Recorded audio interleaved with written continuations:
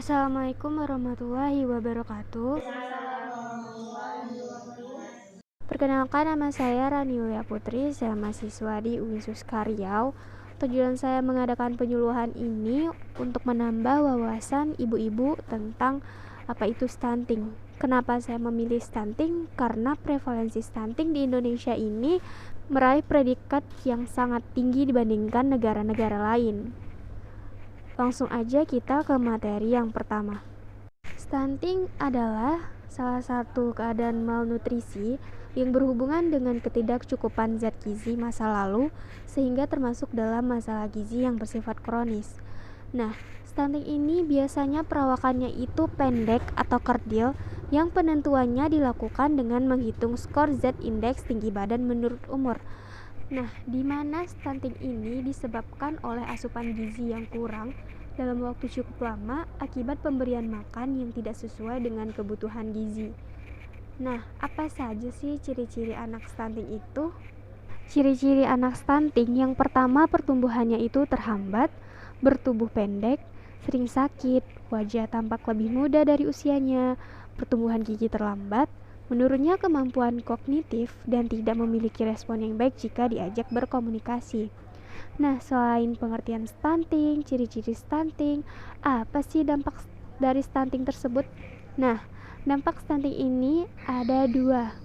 Yang pertama, dampak jangka pendek dan dampak jangka panjang, di mana di dampak jangka pendek ini terdapat peningkatan kejadian kesakitan dan kematian, dan juga perkembangan kognitif, motorik, dan verbal pada anak tidak optimal.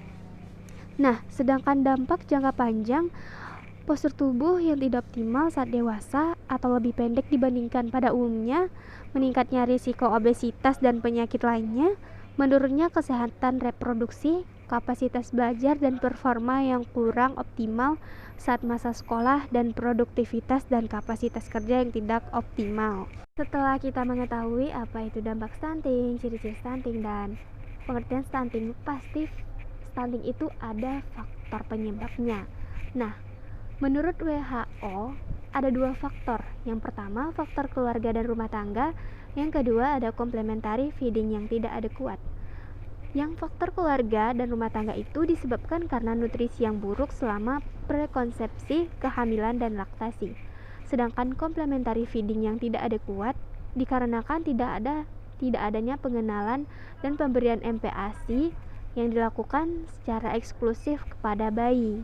Sedangkan menurut MBC Public Health, faktor penyebab stunting itu yang pertama adalah rendahnya berat badan bayi ketika lahir, kurangnya kebersihan lingkungan, janin kurang asupan makanan bernutrisi di masa kehamilan, melewatkan imunisasi yang bisa mengalami infeksi berulang pada anak, dan tidak mendapatkan ASI eksklusif, dan menyebabkan malnutrisi kepada balita.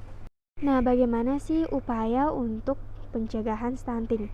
Pencegahan stunting itu bisa dilakukan, yang pertama, ibu hamil harus mendapatkan tablet tambah darah minimal 90 tablet selama kehamilan. Dan yang kedua, pemberian makanan tambahan kepada ibu hamil. Selanjutnya, pemenuhan gizi, persalinan dengan dokter atau bidan yang ahli, pemberian inisiasi menyusui dini atau IMD, pemberian ASI secara eksklusif pada bayi hingga usia 6 bulan, dan memberikan MPASI untuk bayi di atas 6 bulan hingga 2 tahun. Pemberian imunisasi lengkap dan vitamin A, pemantauan pertumbuhan balita di posyandu terdekat, dan penerapan perilaku hidup bersih dan sehat. Nah, sekian presentasi saya. Apakah ada ibu-ibu yang ingin memberikan pendapat kepada saya? Saya persilahkan. Saya ingin memberikan pendapat. Nah, stunting itu kan pendek atau anak yang kerdil. Jadi kalau menurut saya, tidak semua anak yang pendek itu terkena stunting. Bisa jadi karena faktor keturunan mungkin, bukan begitu, Mbak? Baiklah, terima kasih kepada Ibu Rosidah. Menurut saya, Banyak yang berasumsi bahwa anak stunting diakibatkan oleh faktor keturunan dari orang tua yang memiliki tinggi badan pendek. Menurut kesehatan, penyebab stunting ada beberapa hal seperti rendahnya akses terhadap makanan bergizi, rendahnya asupan vitamin dan mineral, dan juga buruknya keragaman pangan dan sumber protein hewani. Jadi memang stunting tidak bisa kita lihat dari postur tubuhnya saja. Kita lihat lagi dari sisi lain seperti ciri-cirinya, yaitu pertumbuhan terhambat, sering sakit, menurunnya kemampuan kognitif. Jika dia hanya bertumbuh pendek dan tidak ada ciri-ciri yang disebutkan tadi, maka dia pendek karena faktor keturunan, bukan karena dia terkena stunting. Seperti Ibu. Terima kasih atas pendapatnya. Baiklah, siapa yang ingin bertanya lagi dipersilahkan. Assalamualaikum warahmatullahi wabarakatuh. Perkenalkan, nama saya Cici Afianti. Saya ingin bertanya, bagaimana upaya orang tua agar anak tidak terkena stunting? Baiklah, terima kasih kepada Ibu Cici. Saya akan menjawab pertanyaannya. Stunting mudah dicegah dengan nutrisi yang tepat. Nah, orang tua harus bisa mengatur makanan atau asupan yang bergizi untuk balita, contohnya ketika sedang memberikan MPASI. Kementerian Kesehatan menyarankan bahwa makanan sehat harus terdiri dari sepertiga buah dan sayuran, sepertiga karbohidrat seperti nasi, dan sepertiga protein seperti daging, ikan, atau sumber protein nabati.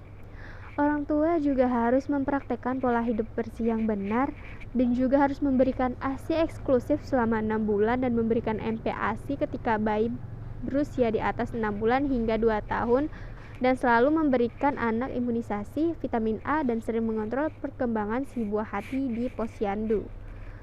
Seperti itu Ibu, apakah Ibu bisa memahami jawaban saya? Terima kasih Mbak, alhamdulillah saya mengerti. Sama-sama Ibu, alhamdulillah. Selanjutnya siapa yang ingin bertanya lagi dipersilahkan. Bu, saya ingin bertanya. Boleh, dipersilakan.